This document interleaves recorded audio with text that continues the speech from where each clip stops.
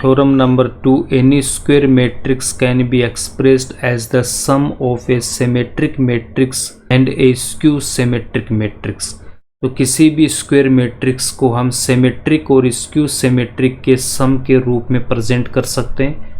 Theorem number 1 में हमने proof कर रखा है कि अगर A मेरे पास कोई स्क्वायर मैट्रिक्स है तो A plus A transpose symmetric matrix होगा, A minus A transpose skew symmetric matrix होगा। ये हम ऑलरेडी प्रूफ कर चुके हैं। अब इसी की हेल्प से हम यहाँ पे सेकंड थ्योरम को रिप्रेजेंट करेंगे।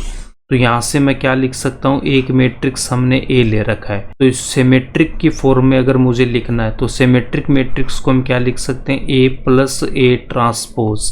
इसको मैं A डैश से लिखूँ या फिर इसको हम AT से भी लिख सकते हैं। ठीक है, ये तो आपके पास सिमेट्रिक हो गया। उसके बाद हम यहाँ पे स्क्यू सिमेट्रिक लिखेंगे। तो स्क्यू सिमेट्रिक में क्या गिवन है, A माइनस A ट्रांसपोज। तो A माइनस A ट्रांसपोज ये हमारे पास में क्या हो गया, skew symmetric matrix. Skew symmetric matrix और A प्लस का A ट्रांसपोज ये सिमेट्रिक मैट्रिक्स में हमने लिख दिया। LHS में मैट्रिक्स A है बट RHS को सोल्व करेंगे तो A ट्रांसपोज से A ट्रांसपोज कैंसिल आउट होगा। A प्लस A यहाँ पे कितना रह जाएगा, हमारे पास 2A आएगा। बट LHS में कितना A, तो ये इक्वल नहीं है। तो इसके लिए हमें क्या करना पड़ेगा, इसको 2 से डिवाइड करना होगा। तब 2 से 2 कैंसिल आउट होगा तो A इक्वल्स टू A आ जाएगा। अब इसका मतलब हम यहाँ पे क्या करेंगे, इसको 2 से डिवाइड करेंगे। तो 2 से डिवाइड करने का मतलब इस सिमेट्रिक को भी हम 2 से डिवाइड करेंगे और स्क्यू सिमेट्रिक को भी हमें 2 से डिवाइड करना होगा और सिमेट्रिक को भी हमें 2 से डिवाइड करना होगा।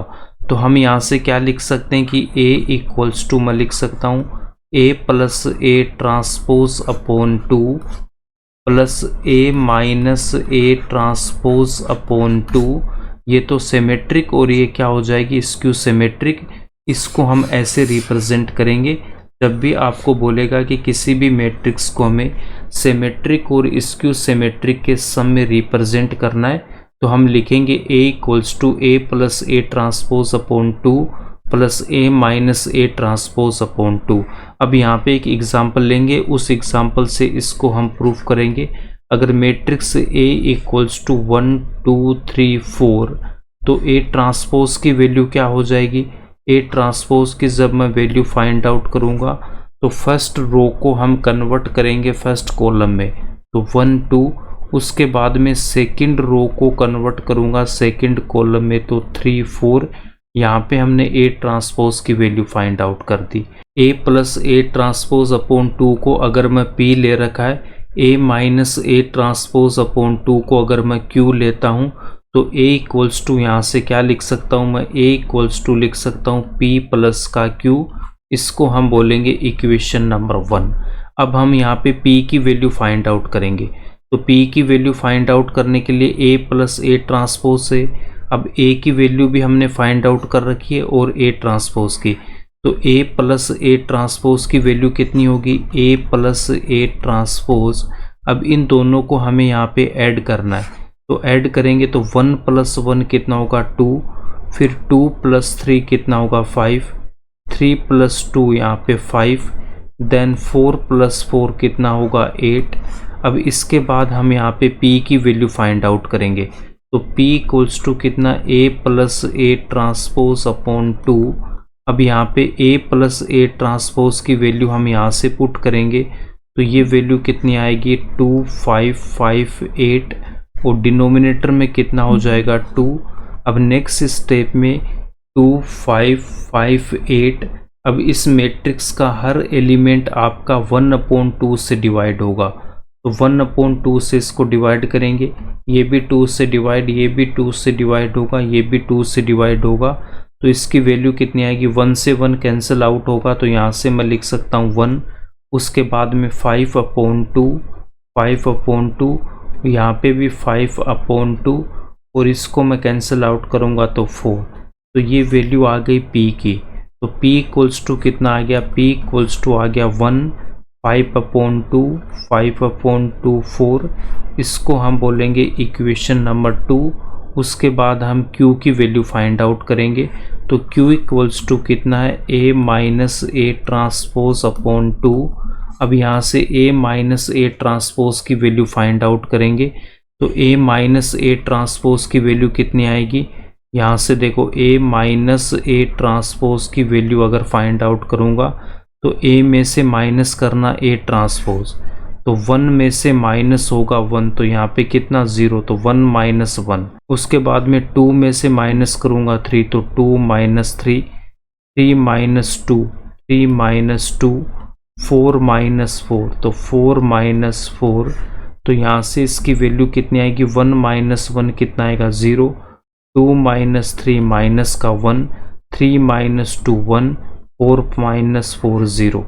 A माइनस ए ट्रांसपोज की value 0 minus 1 1 0। A minus A transpose की वैल्यू हम यहाँ पे पुट करेंगे 0 माइनस 1 1 0 इक्वल्स टू, अब हर एक एलिमेंट आपका 2 से डिवाइड होगा, माइनस 1 अपॉन 2 1 अपॉन 2, उसके बाद 0 अपॉन 2। तो यहाँ से वैल्यू कितनी आएगी 0 अपॉन 2 0, माइनस का 1 अपॉन 2 1 अपॉन 2 0 अपॉन 2 0।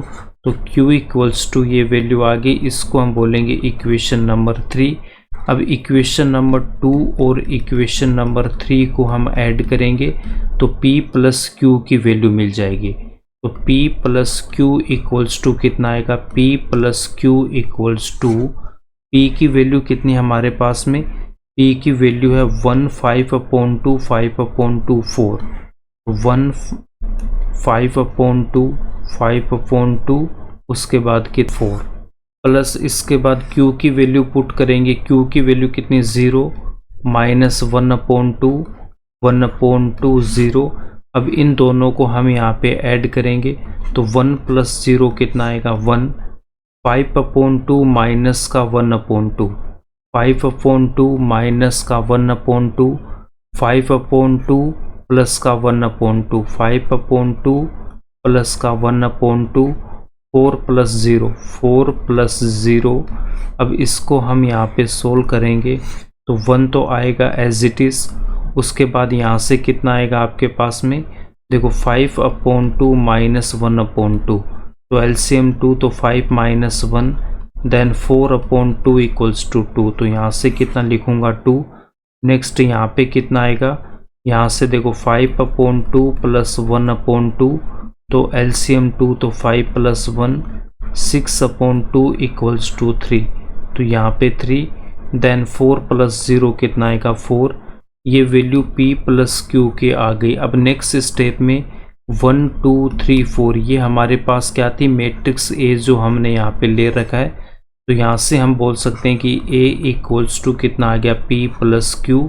अब A इक्वल्स टू P की value A plus A transpose upon 2 plus Q की वैल्यू कितनी A minus A transpose upon 2। यही हमें प्रूव करना था। इस रिजल्ट को आपको ध्यान में रखना है। Example number 22 and question number 10 इसी फॉर्मूले पे बेस्ड है। तो ये दोनों क्वेश्चन होमवर्क में आप इन दोनों क्वेश्चन को कर लेना।